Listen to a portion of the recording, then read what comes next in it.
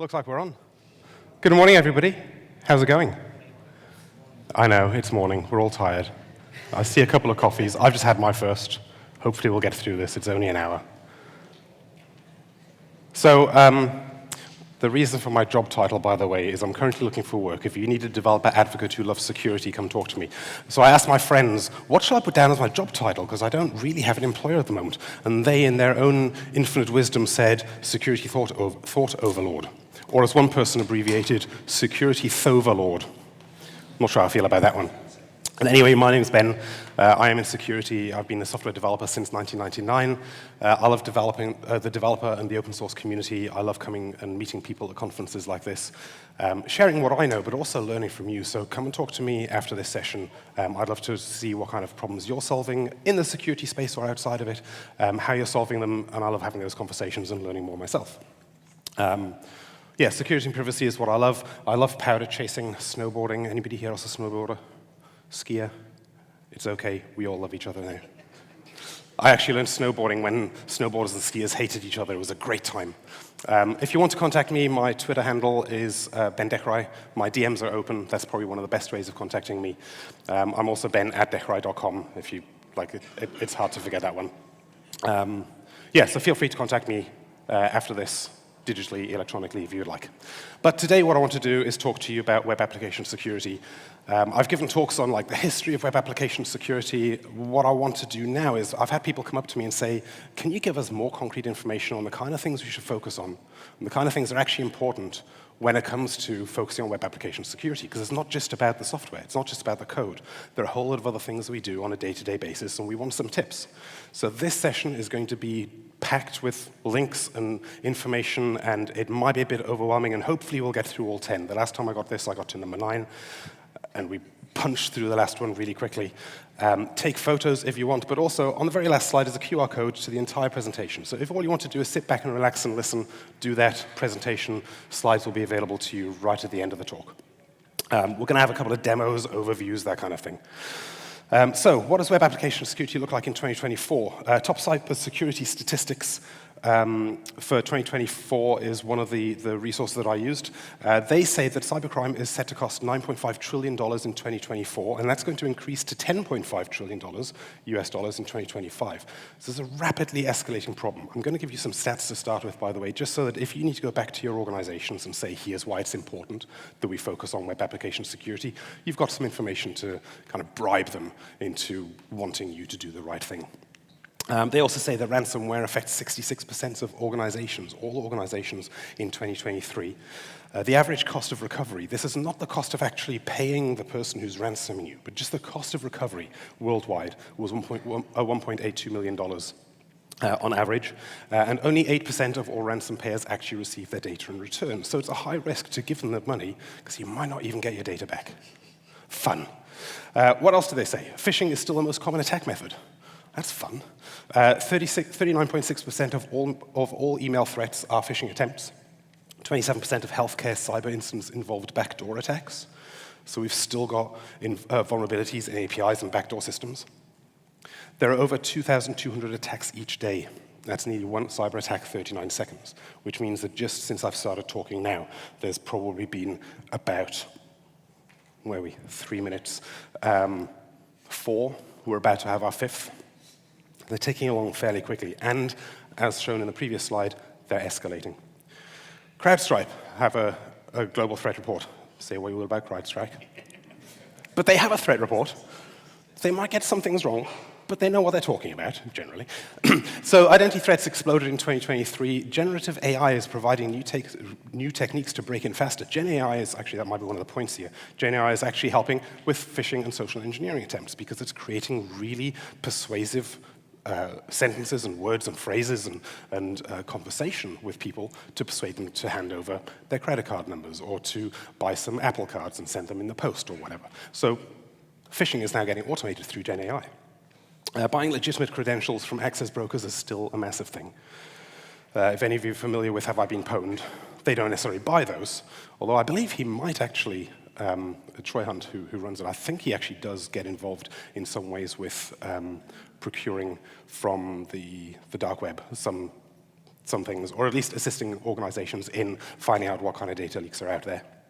And SIM swapping, multi-factor authentication bypass, and using stolen API keys are becoming even more popular. So even though we're putting all of these systems in place to make it more secure, if you log in with a username and password, we want to give you that extra factor of authentication to keep you secure. Even those are starting to fail us. So we're in a world where basically we keep fighting against these attackers, and we have to get it right every single time. And they only have to get it right once. Once they get it right once, they're in. So it's a growing problem. It's still a growing problem. We've been talking about this for decades. It's still not a resolved problem. So what can we actually do? What is the developer responsibility when it comes to making sure that software that we release is secure? We already talk about secure by design principles. We talk about DevSecOps and shifting left, where developers are more aware of and more involved in the whole process of development all the way to the end. While they might not be involved in the ops, they're still part of that conversation. It used to be that we would write code as developers and we would throw it over this figurative wall to the testers, and they would catch it and they're like, I hate you. They would test it and they would throw it back and saying, this doesn't work, and then you're like, I hate you. And the conversation, the communication was rubbish. So what DevOps and DevSecOps is doing is basically giving us that communication protocol for talking between different people in the pipeline of the software development change, and we're getting better at that. We need to remember that that's a good thing. Shift left is getting a bit of a bad, not a bad name, but not a lot of people like using that phrase anymore, but the concept has validity. Increasing accountability and developer empowerment. What that process is doing is it's allowing us to see what our actions are impacting down the chain, and it empowers us to make sure that doesn't happen in the first place. Whereas before, I would write code and I'd shoot it over that wall, I wouldn't really know what's happening on the other side. I'm throwing my code into a black box, and then I'm told something went wrong. But now that I understand what's actually happening, because I talk to my friends in testing and in ops and in platforms and all those kind of things, I understand what's going on. Therefore, I can preemptively make sure that my code is less likely to go wrong down the chain. So it's about communication again. We also have impact of regulatory changes and executive focus. Companies are actually thinking on a bigger scale now about, when I say bigger scale, within the organization. More people within organizations are now thinking about the importance of security. And I think that's because there's a lot more visibility of security incidents happening around the world. So as executives realize this could really impact us and bite us really bad in the butt, they want to preempt that as well now. So that's a good thing. Developer-centric tools and education, I think, is probably one of the key things that's come out in the past 5 years, maybe. Longer than that, but specifically in the last 5 years, there's been a proliferation of tools that allow developers to self-educate and learn in real time as they're coding. I used to work for SonarSource, for example. They have tooling that will give developers information in real time about the cleanliness, security, maintainability of their code. We know that before we even put it into our Git repository, and that makes our processes faster and easier and more reliable. So let's have a look at the 10 steps. That was the big preamble, which I think I got through quickly enough. We should be okay for time. I've got a couple of demos in the first step as well, and then we'll just get into some information-packed stuff. We'll chew through it, and if there's time at the end, I'm very happy to take questions. Otherwise, come and chat to me in the corridor afterwards. So preventing common vulnerabilities. Which of these do you think is currently the biggest security issue? Injection attacks, insufficient transport layer protection, or server-side request forgery? Any opinions? Injection attacks? Correct. It's the biggest problem, particularly with SQL injection. That's still a huge issue at the moment. The OASP top 10, actually in 2017, used to list injection attacks as the #1 vulnerability.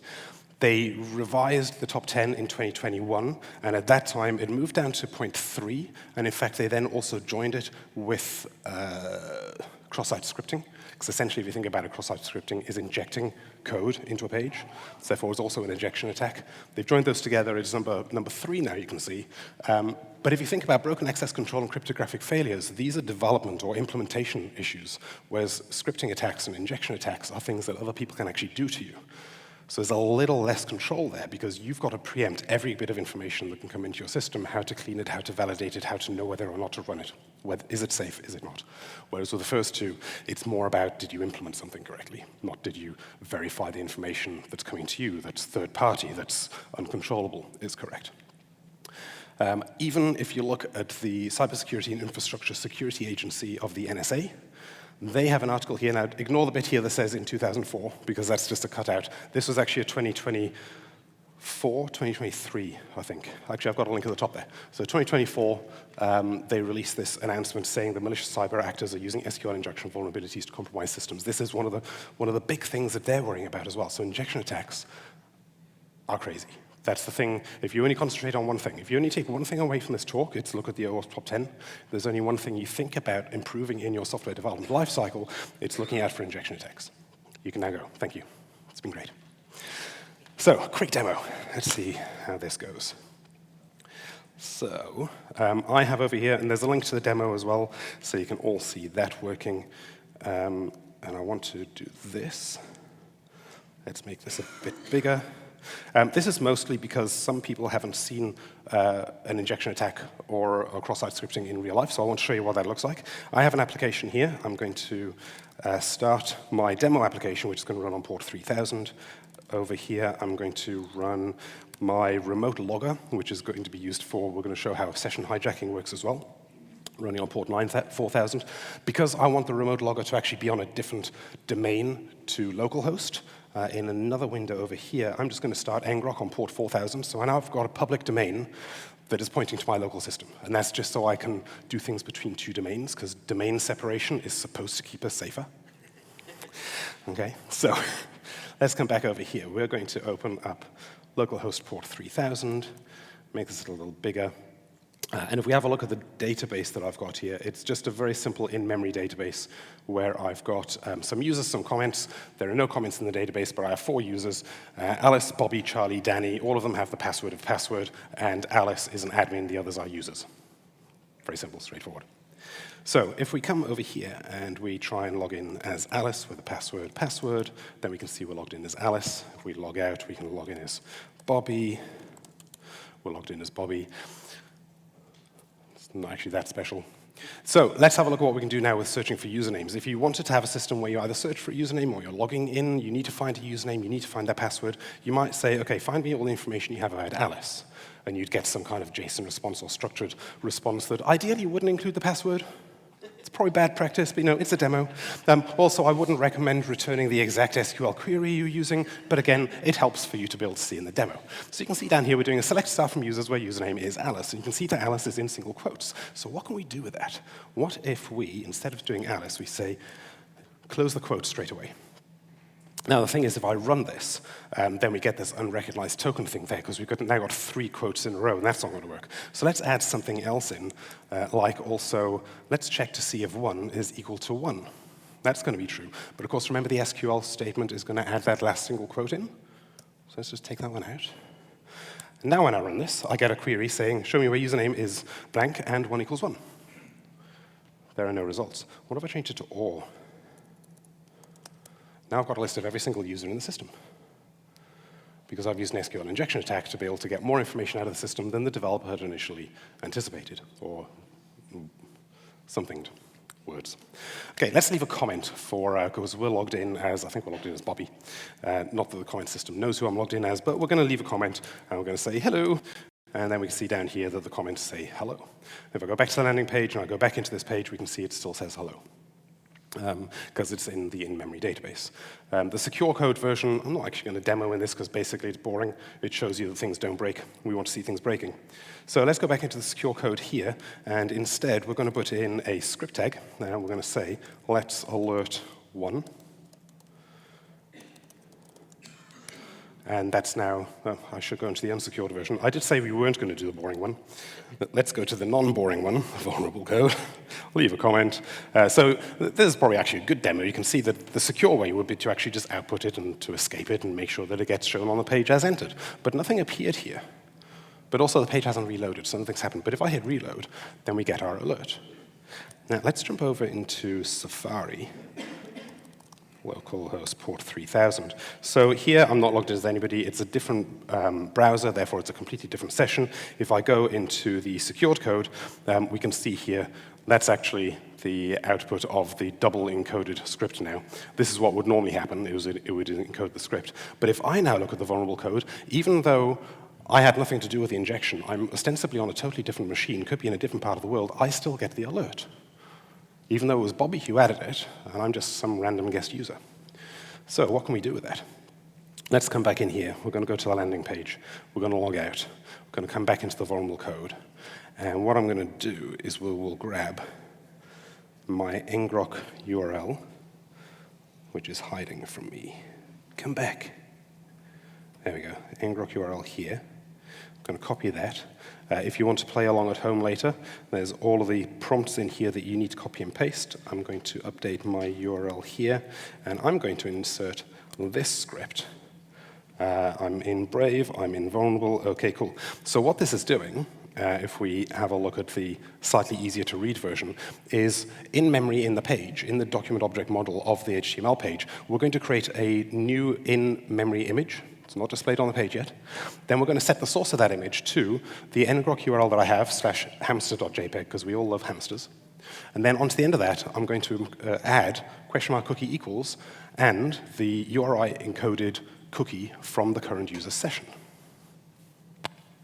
Then I'm going to append that to the document. You don't necessarily need to append it to the document, because a lot of browsers, by the time they hit line 19 there, will actually load it into memory, and it'll make a hit to the end server. Some browsers and some security plugins won't actually hit that URL until it's actually displayed in the DOM. So I'm also going to add it to the DOM so that the end URL actually gets hit. So now if I come in and I submit this, we can see, again, nothing happens. But if I hit refresh, we get our alert, and then down here we get our picture of a lovely hamster. And if we then look in our logs over here, we can see the cookie value has been pasted, has basically been console logged on the remote logger that I'm running. So this has gone out to ngrok and then back into my machine, but ostensibly this is a totally separate server. But my cookie from the server that's running in the left window has now been passed to the server that's running on the right window. So if I grab the cookie ID and I come back into Safari, now remember, if we look here, I'm not logged in as anybody. And if I come in and what I'm going to do is I'm just going to log in because I want to get this. Why is the storage not showing? It would normally show me on the left-hand side here the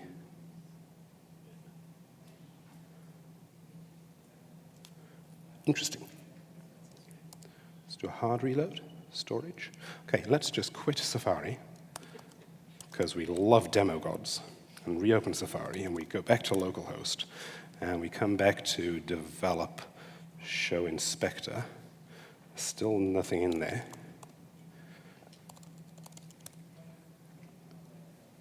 OK, so there should be on this side here, should be a cookie with the ID of the guest, or now Bobby.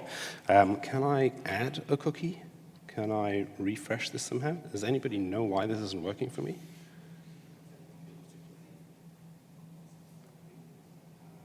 There we go. Secure Messenger. No, it's not Secure Messenger. Cookies. Connect SID. OK, so I'm going to come in here, and I'm going to paste the new value. Now, I can do this programmatically as well if I've got access to the information that's coming to the remote server. So I'm just going to hit enter on that. That's going to update the cookie session ID in my Safari browser. Now, even though I'm logged in over here as Bobby, if I refresh, I'm now logged out because I've hijacked somebody else's session. Now, the fun part here is that even though I'm not logged in yet in my Brave browser, if I now log in as Alice, or Alive, that works well, I'm now logged in as Alice. Alice has admin privileges. If I come back into Safari here and hit refresh, I'm now logged in as Alice because I'm using the same session ID. And all a session ID is a unique code that tells the server, here's a connection we've had before, and you've remembered some things about me. And one of the things it remembered when Alice actually logged in is that this session ID is associated with Alice. So when I then come in and say, here's my session ID, it says, well, you must be Alice. Now, in a lot of cases, if we come back into Brave over here, and I'll hit log out, and then I come back over into Safari, and I hit refresh, I'm logged out, because the code will actually destroy the session. What you would want to do in a real-world situation is whenever somebody logs in, you call that a privilege escalation, you would actually regenerate a new session ID, so that if anybody had the old session ID, they wouldn't get that privilege escalation as well. Of course, it doesn't stop me from then getting it again once Alice is logged in and looks at my hamster. That sounds wrong. I could get that session ID back again. Anyway, that was the demo. So let's go back into here. All right, cool. So further reading. As I said, lots of information, but there are ways of protecting this. You can use an ORM, or an object relational model. You can use built-in protection from those. Prisma, SQL, Alchemy, Hibernate, Entity Framework, Active Record are examples for various different languages. Find your own if you want. You can also get security layers. ESLint is actually going to help you identify issues in advance when you're writing code that looks like it might not, like it might have vulnerabilities. PyLint, Checkstyle, SonarLint all do kind of linting that will help you work out whether or not your application might have vulnerabilities. If you miss the photos, don't forget I will give you the entire deck at the end. Static analysis tools are great. They will actually check your code without even executing it. So pick one for your language and framework. ArcJet is a company that has started recently. They do in-app security. So within your application, it'll do things like have a look to see whether headers coming in look like they have malicious intent, cross-site scripting kind of data coming through. All right, step 2, strengthening authentication and session management. Which is the most common vulnerability leading to account takeovers? Weak passwords, session hijacking, and misconfigured MFA. Oh, tricky one. Passwords? Weak passwords, absolutely correct. So, what can we do? In demo time, I kind of gave you the demo already on the weak passwords, insofar as if you get the access to through the SQL injection, you can find out people's passwords, don't return passwords. And then also the session hijacking, which we had a look at. So you're welcome. Other things you can do, HTTP-only cookies. One of the things that would have helped in the session hijacking example is because I pulled the cookie out using JavaScript. If I set the HTTP-only flag on the cookie, JavaScript would not have had access to it.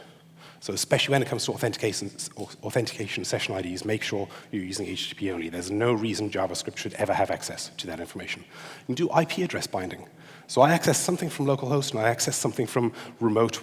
The remote logger would have ostensibly seen the IP address of the internet access we're using in the building here, not my local IP.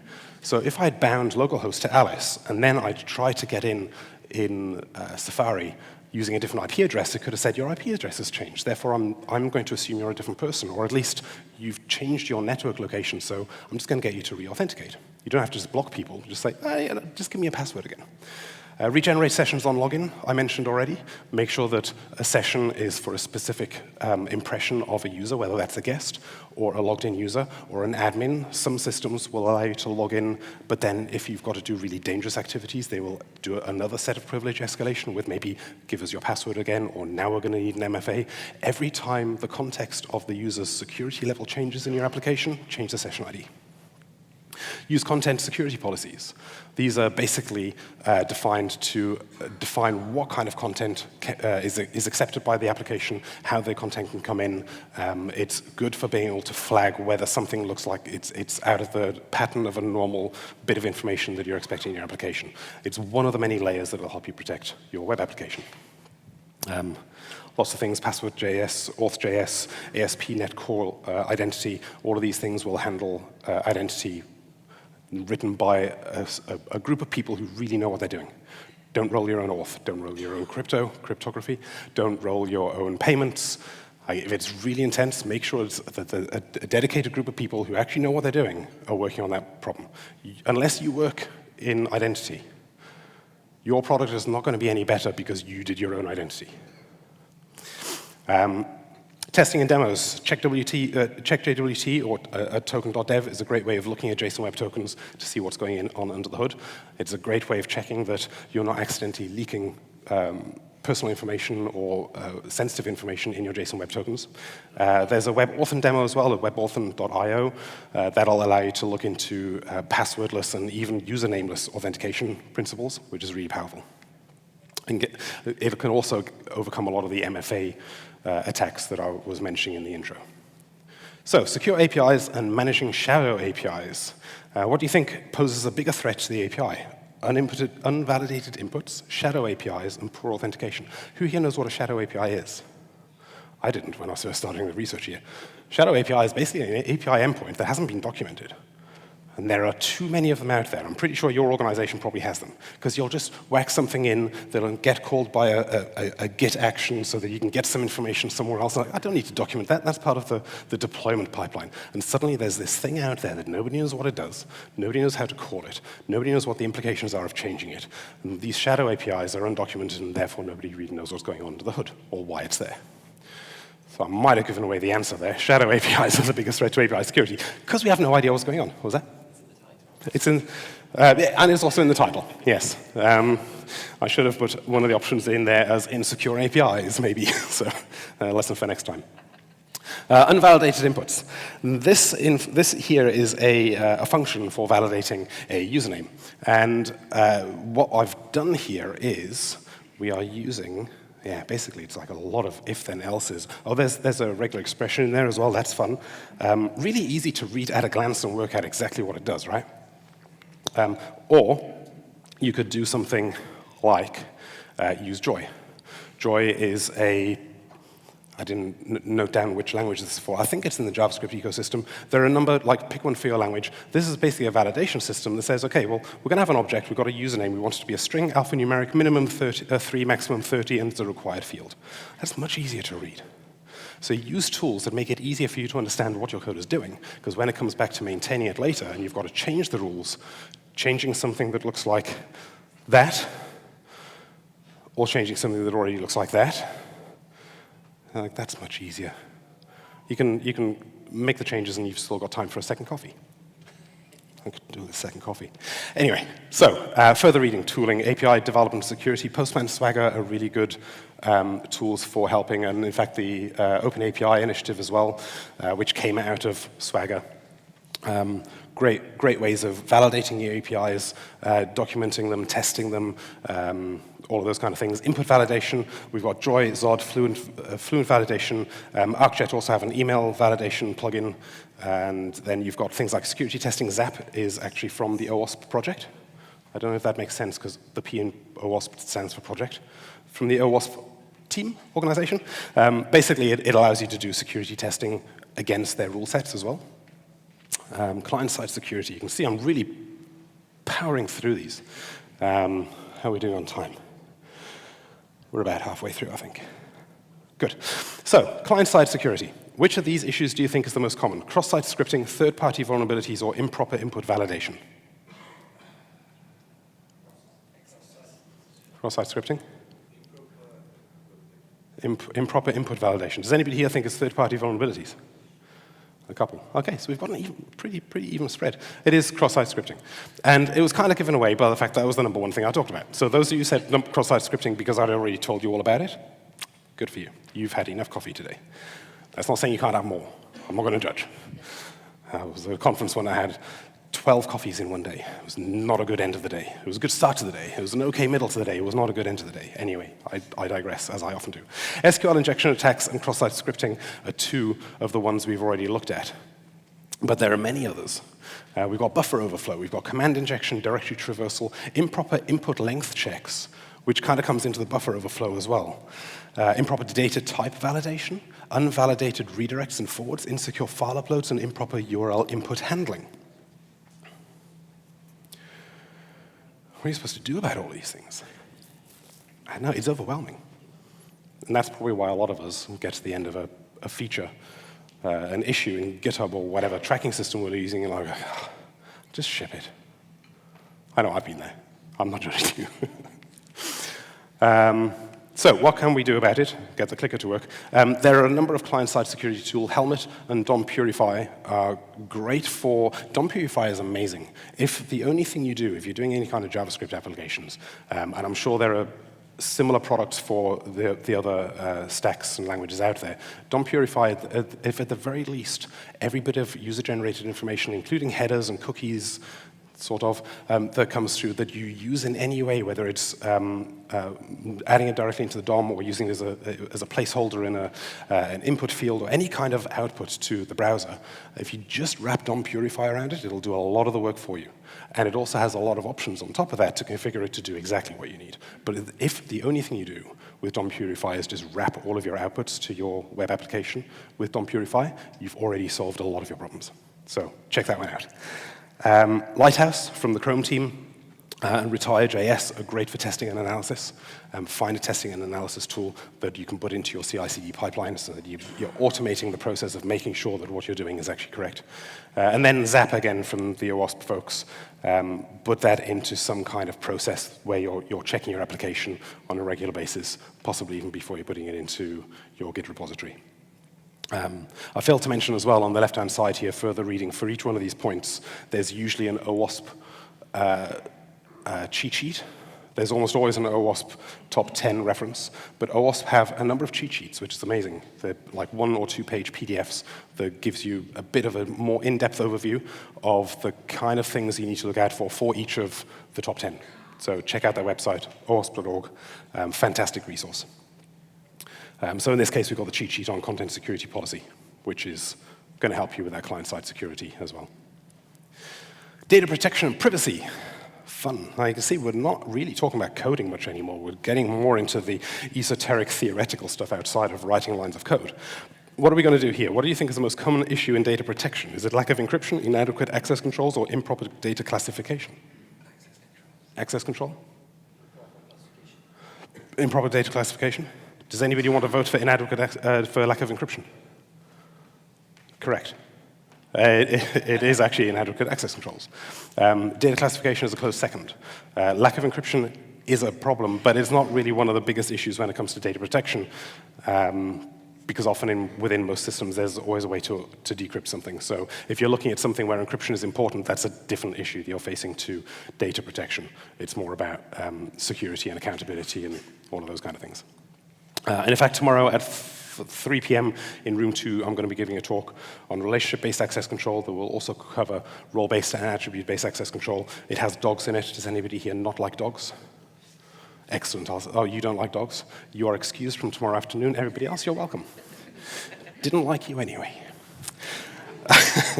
All right, so the general principle with access control, again, in a similar way to Joy and all of those input validation frameworks or libraries can help you out, make it easier to understand what's actually going on under the hood. You might see something like this in an average application. You might have some access control that says, if the current user is an admin or they're an editor, but they're also in the list of editors for the current document they're looking at, and the document isn't sensitive, or if the document is sensitive, then make sure the user's location, that they're currently on premises, and the user's location is currently within office hours, because really sensitive documents, you have to be in the office during 9 to 5. It kind of makes sense when you read it out loud, but also, if I hadn't said anything, I think a lot of us would have been going through it and working out, especially the not document is sensitive, and you're trying to do all this logic stuff in your head, and you're getting this cognitive complexity issue where you're trying to stack all of this information in your head, and you have no idea what, and then suddenly you get, oh, yeah, that makes sense. And it might only take 30 seconds, but imagine you wrote this and you come back in like 3 months' time or 6 months' time, and somebody says, we need to change the business logic, the access control logic to be this instead. And you're like, oh, okay. What if instead you just had to write, check that the user can edit the document? You just outsource the access control to something completely different, because access control isn't really business logic. So why do we put it in the business logic? Come along tomorrow to find out. Anyway, so tooling, OpenSSL, bcrypt, Let's Encrypt, Web Crypto API, lots of different ways of encrypting. Web Crypto API is a really cool one because it's pretty much in all of the browsers nowadays. So if you need any kind of cryptography in your application in the client side, a lot of it is there already. I used to do a workshop on writing secure messenger, and I used PGP.js library, which is a JavaScript implementation of OpenPGP. Now I don't even need to bother, because Web Crypto is in almost every single browser. But find an encryption tool that works for you. Let's Encrypt.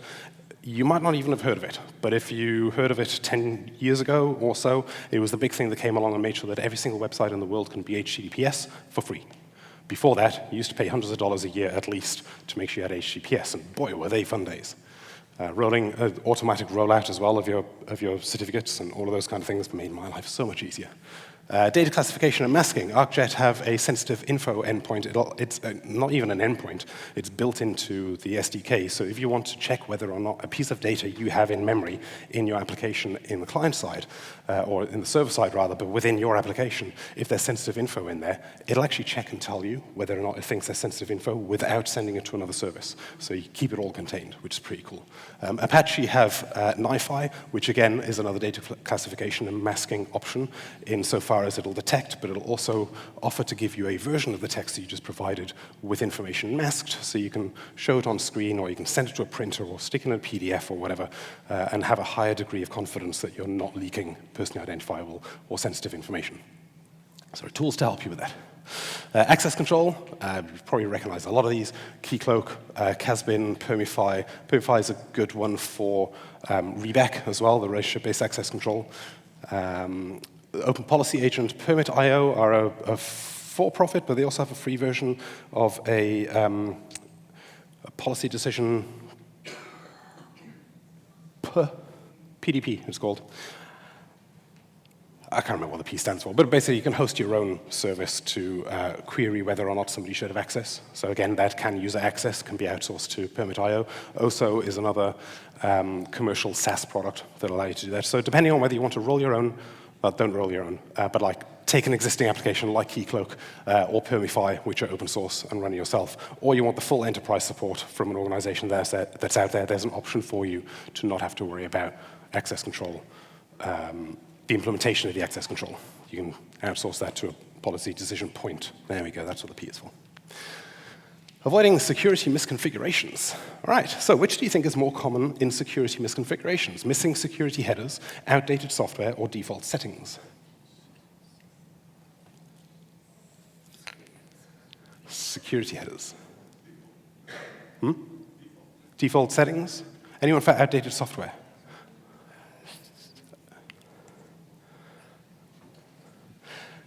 Outdated software we'll kind of come to in a second, and that's kind of a cool one. Phil has run off to see his dad. He hates me. Default settings are the most common issue. Many applications ship with default settings, and then we don't change them. A really common example of that is something like a default password warning on like a router. You can force people to change password, and that's always a good thing. So if you've got an application that has to come with a default, maybe because it's an embedded device, and you don't want to have some kind of... I mean, there are ways of doing it with embedded devices as well. There's the device flow authorization, which you might be familiar with logging into like Netflix, for example, where you'll see a code on the screen, and then you interact with that on your phone, and you log into something on your phone, and then the screen goes, oh, cool, you're now logged in. Google, the TV Google thing, Chrome does a similar kind of thing. You can use a device that has a better input mechanism to configure security on an embedded device. But if you have to, because of time, complexity, cost, all of those things of doing something more complicated, if you have to have a default login on an embedded device or any kind of system, make sure that you force the user to change that. Because otherwise, everybody knows what the username and password is, because nobody's going to change the password. How many people here have a router at home that shipped with a default admin password and haven't changed it? A couple of hands went up, oh, no, I've definitely changed it. I'm pretty sure many times I've had a router at home thinking, yeah, but it's behind the firewall, it's behind dynamic DNS. I don't even have dynamic DNS. Like, there's no way people can enter anyway. The ISP is protecting me. Sure. If you think to yourself, hang on, how would somebody break into that if it is in your local network? Come talk to me afterwards, and I'll tell you all about it.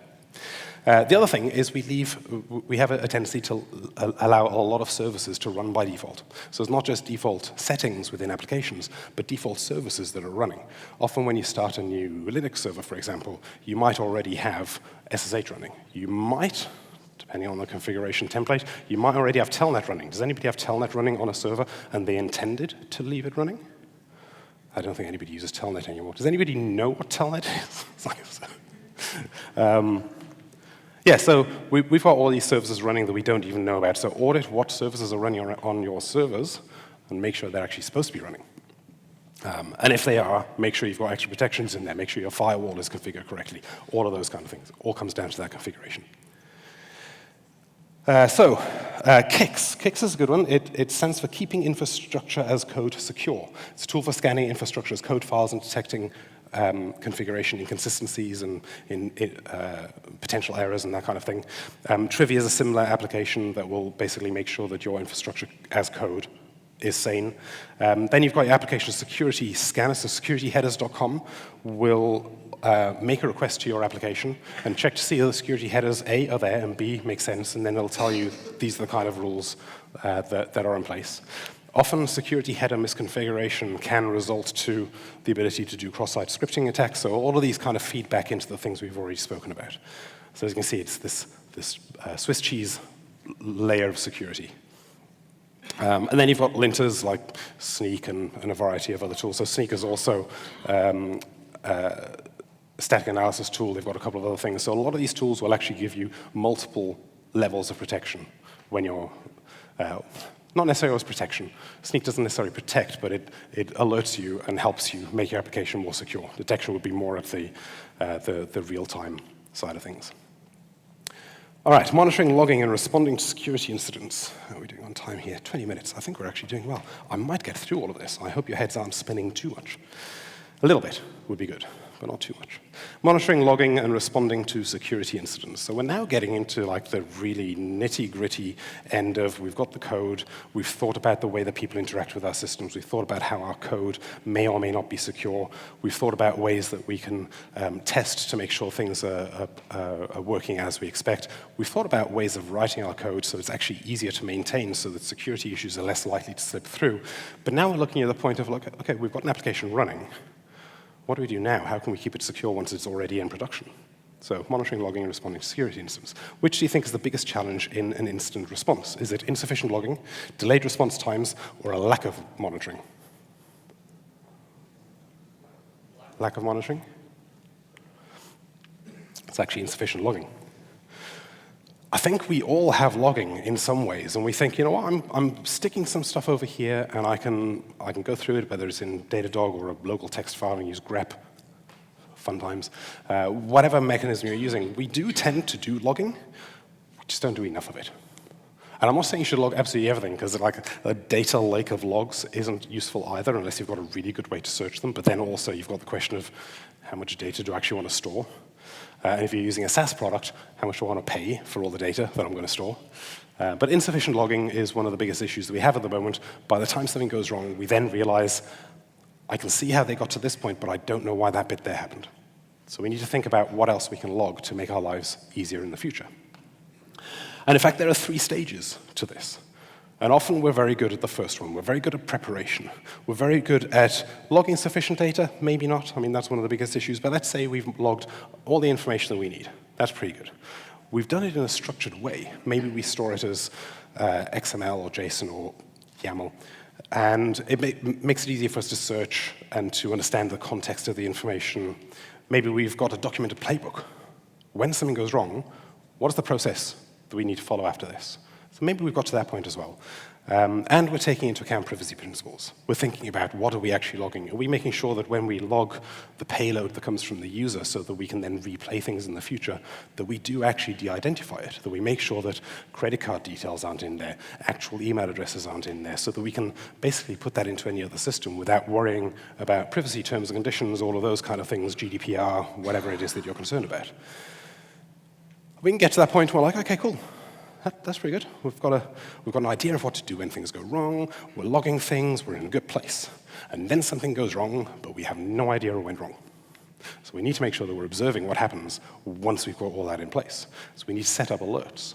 When something goes wrong, categorize what kind of alert is this. Is it just like informational stuff? Don't put that into Slack. Is it really high priority? This is like critical? You probably want to stick that into a Slack channel somewhere, but also maybe send it via SMS to your ops team, or maybe you have like a distribution channel on WhatsApp or whatever it is. Like, get that information in a concise and usable way to people as quickly as possible. And then once people are aware that something's gone wrong, allow them to find out more. And this is where the likes of Datadog and all of these observability reporting tools come in. They allow you to say, okay, well, I know something went wrong. Let's dig in. And that's where you start seeing the sufficient data that you are logging, and it gives you context around what went wrong. You know something went wrong, now you can look at the context. And then you've got a continuous feedback cycle. So you're getting that information, it goes back into the development pipeline, something gets fixed, it doesn't quite get fixed, something else comes back. We love to think we can test and make sure everything's secure before it gets into production, but we're wrong. Things go wrong in production. So make sure you've got that observability around knowing what went wrong, when it went wrong, why it went wrong, and how to reproduce it. And then once you've got an idea about that, you know how to respond. You've got the playbook already, you've got the context, you've got the detail, and then you can go and you can identify the root cause quickly because you've got the information that you need and you were given it in a timely manner.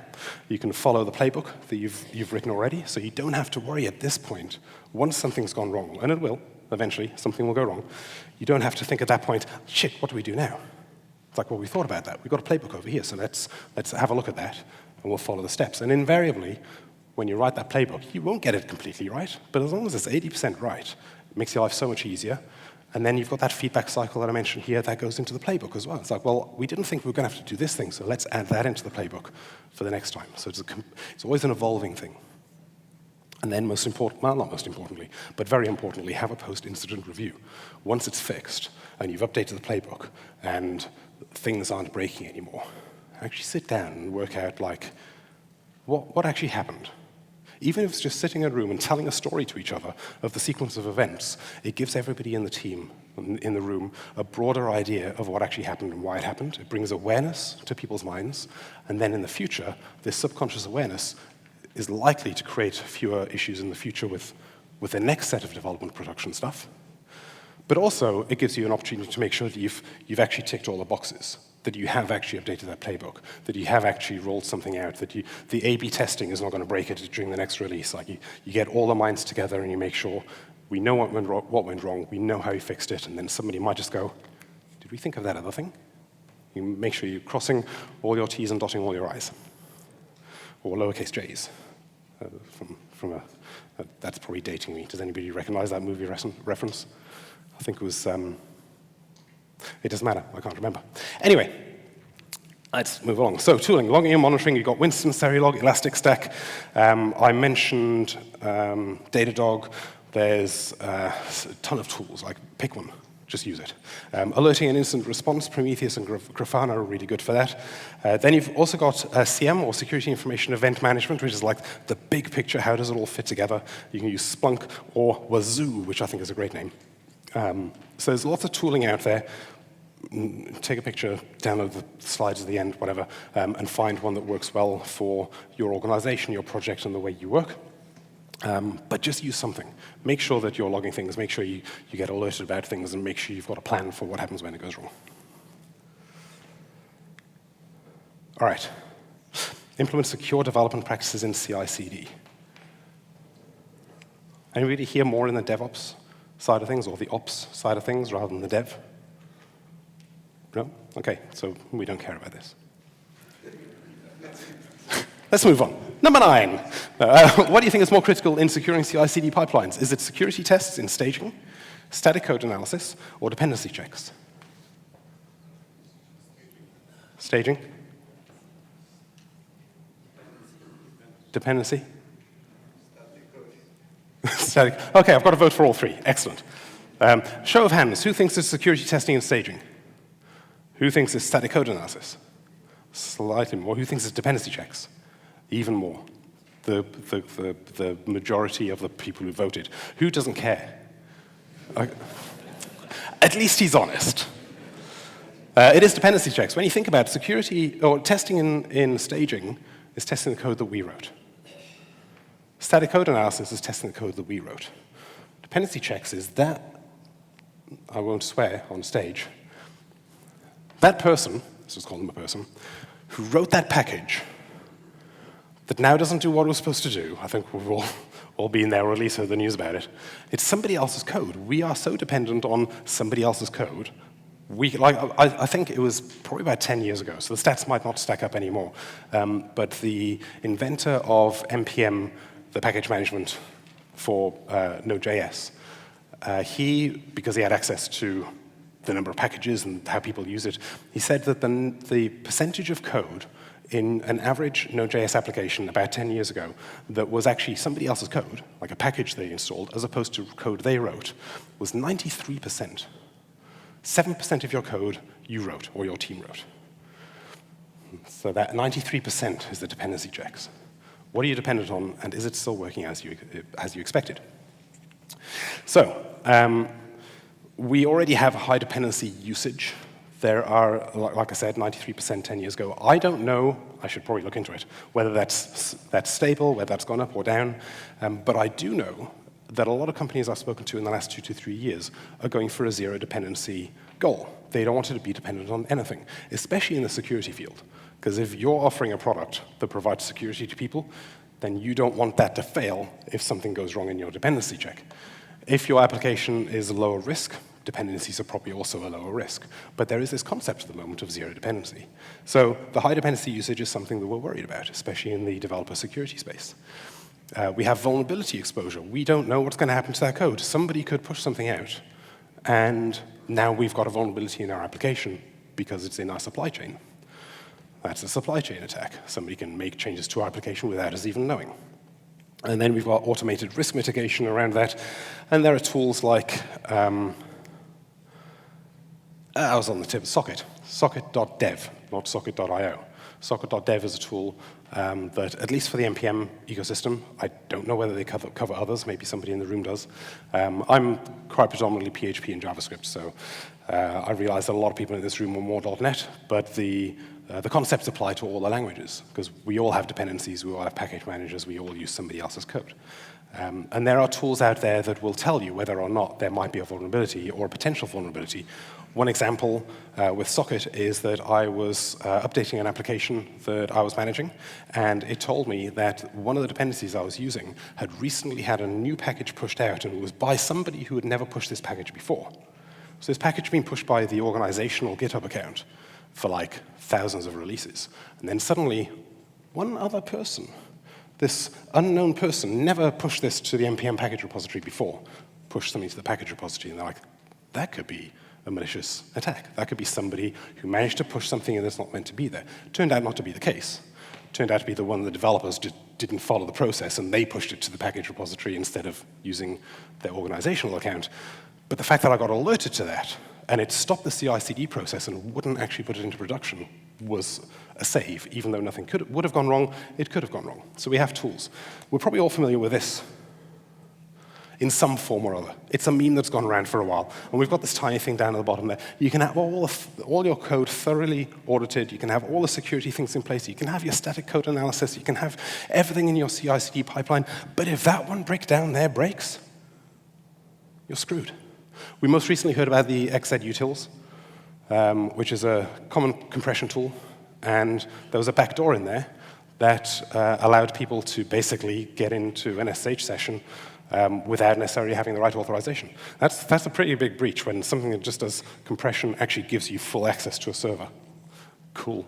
UAparser.js it basically looks at the user agent and gives you information about what machine are they on, what kind of browser they're using. Kind of benign information. Somebody put a Bitcoin miner in there and also a data extraction tool.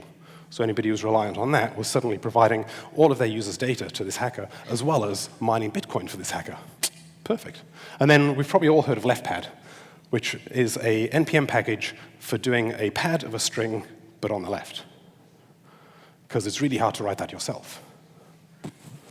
And yet, thousands and thousands and probably millions of websites out there relied on this. And this wasn't really malicious. This was just the package maintainer was like, you know what? Screw it. Can't be asked anymore. Delete. Package disappeared. And if you had a CI/CD pipeline that didn't have tests, that would just rebuild with the latest versions and then push it out into production, you'd have an application that doesn't work because this thing that basically adds 27 spaces to the left of your string is no longer there. Your whole application is dead. Perfect. So this goes back to the zero dependency thing. Work out what dependencies you're using and whether you actually need that dependency. What's the value of using leftpad? What's the win that you get out of that versus the risk of using that?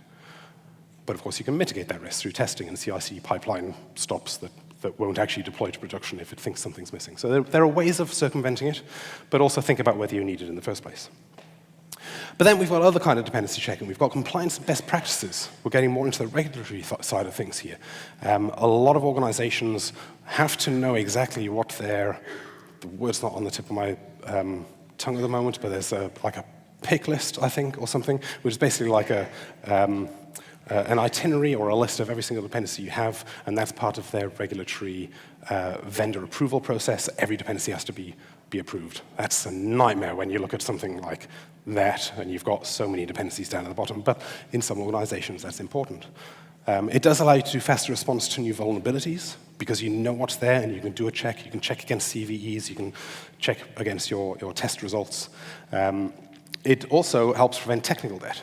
If you are in a situation where you know exactly what you're using and you've got tests to make sure that it does what it's supposed to do every time it gets deployed, then you're not going to get into the position where ever so slowly your dependencies are not doing quite what they thought because the developer, the maintainer might be taking it down a track that doesn't really support the way you thought it was going to help your application. And you get to this point where suddenly something goes wrong, but it actually happened like multiple deployments ago. So it helps prevent against technical debt.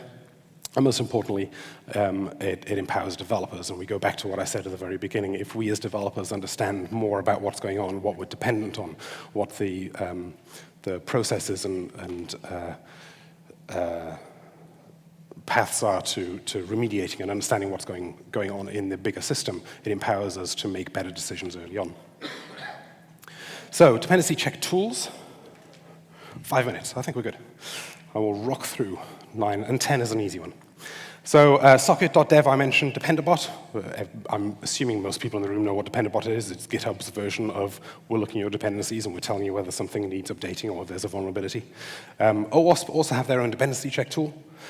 Sneak, SonarQube, SemGrep, Zap, lots of code analysis tools out there that will also look at things like CVE lists for dependencies. And then you've got CI/CD security integration, GitHub Actions, GitLab CI/CD security. There are lots of ways of getting the third-party tools that you use as part of your deployment pipeline to do a lot of the work for you. So automate as much as you can, because the less you have to think about it in real time, the more you can get as early as possible reports from automated systems, the easier your life is, and the more likely it is that you're going to succeed in maintaining a secure software base.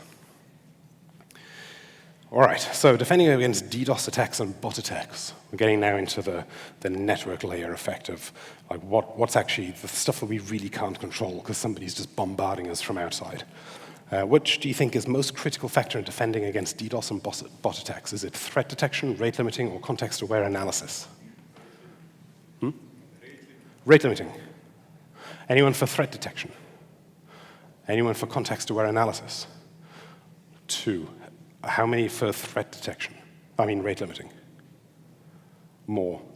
All right, it's actually context-aware analysis. Rate limiting is a very close second. Rate limiting is more of a solution, though, whereas context-aware analysis is more nuanced. So when it comes to defending, you could, like rate limiting is just a blanket, everyone slow down. But what happens if you've got legitimate users who actually want to use your system and you've got this DDoS attack at the same time? You want to slow one side of it down, but not everybody else. And usually at a network layer, it's hard to discern. So how do you do that within your application? So context awareness, you might want to look at user behavior. Like if a user is doing something that looks dodgy, that follows a pattern that might be a DDoS attack or might be leading up to a DDoS attack, things like trying to extract session IDs or starting to a slow ramp up of a rate limit detection system, like how far can I get before a rate limit gets hit? If you're getting lots of requests from the same IP and it's kind of building up over time, that can be a bit of a pattern that somebody's about to do something. So lots of lead-up events that you can detect. You can also look at device characteristics. Are they using a phone or a browser, or is it curl of the command line, or like how are they actually interacting with us? What does that behavior look like? Where are they? Is somebody logged in with the same session ID like I was before, accessing from multiple places? If it's 1, that's fine. If it's 2, probably okay. I might be on my desktop on my phone, and my phone's connected to a cell tower, and my desktop's on a corporate internet. Or I might be connected to a VPN on one of my devices. If it's 3 or 4, then you're starting to think, well, sounds like somebody's account sharing. If you're Netflix, then you might care, but you're not going to stop them. If you're a bank, you might care, and you're going to stop them. So all these different, like, how bad is it for your situation, contextually for your application, but also contextually in terms of the behavior of the user. And you can check things like the user ID, the roles. You can also look at historical data. Like, is it usual for an administrator of this system to access within these hours in their time zone this endpoint here? Like, you can build up a lot of graphical data about usage, and then you can replay current information into that and work out whether or not it matches common previous behavior. That's a lot more very highly nuanced and a lot more intricate. But if your application is high risk, then maybe you want to consider that. So lots of ways of getting awareness around the context of how a client, and by client I mean the browser or the curl binary or whatever, how a client is interacting with your web service, so that you can determine whether or not you're off balance. So you can determine whether or not the request is something you actually want to honor, and then you can specifically shut down certain areas and protect against DDoS and bot attacks that way. But once you're aware of that context, something like rate limiting is a really good defense mechanism. So for example, here we've got, this is an example again with ArcJet, so that was the middleware security layer that I was talking about before. Because it runs in your application, it actually has context. It can know what the person's user ID is, and then you can protect based on like a fixed window rate limiting, as well as checking to see if there's a bot hitting the system, and then you pass in the session user ID. And from the rate limiting perspective, it can say, okay, well, this particular user ID has this rate limit. So now, regardless of whether they're coming from their web browser or their phone, or from a system connected to a VPN, or even if you've got multiple applications and they're hitting multiples of these applications, you can have a unified rate limit across all of that per user. So now if there's a DDoS attack, you're only going to be rate limiting the people who are attacking you, because the normal users who have a normal behavior don't get caught. So think about where you're putting the checks and how you're evaluating whether or not something is likely to be a bot or a DDoS attack.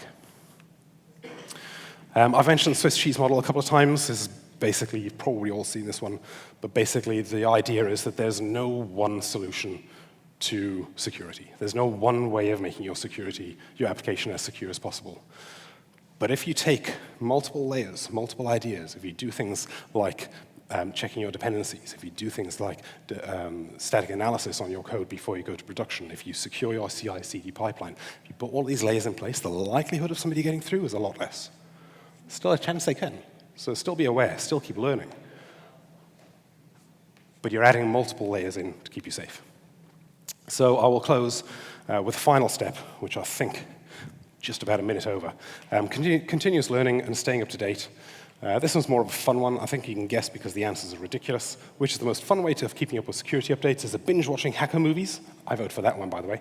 Finding the Fed at DEF CON, or hacking on a CTF challenge. If you're interested in this and you want to get a better idea of what it is like to defend applications, it's really useful to know how to attack applications. And there are tools like Hack the Box, Hacker 101, Pico CTF by Carnegie Mellon University. There are lots of tools online already that you can go and sign up for, and they will give you exercises and a system to hack for you to learn more about what it is to be the aggressor.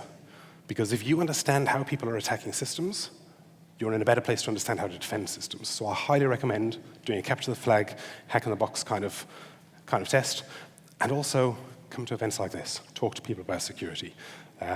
Join a local chapter or a meetup, either run by OASP or security-related, or if you're into security, offer to give a security talk at your local insert your favorite tech of choice meetup and get the conversation started yourself. There are forums online. Reddit has a cybersecurity subreddit. Join that. This one here I've put up because Reddit can be a little bit of a toxic place sometimes, but this group here is actually really open to newcomers. If you've got silly questions, there's usually somebody who'll answer it. You might get a couple of slightly obnoxious responses, but that's Reddit. But it is generally a friendly environment to ask those questions. So I'd highly recommend that. Thank you for your time. Thank you for allowing me to go 2 minutes over. Hope it's been useful. Have a great rest of your conference.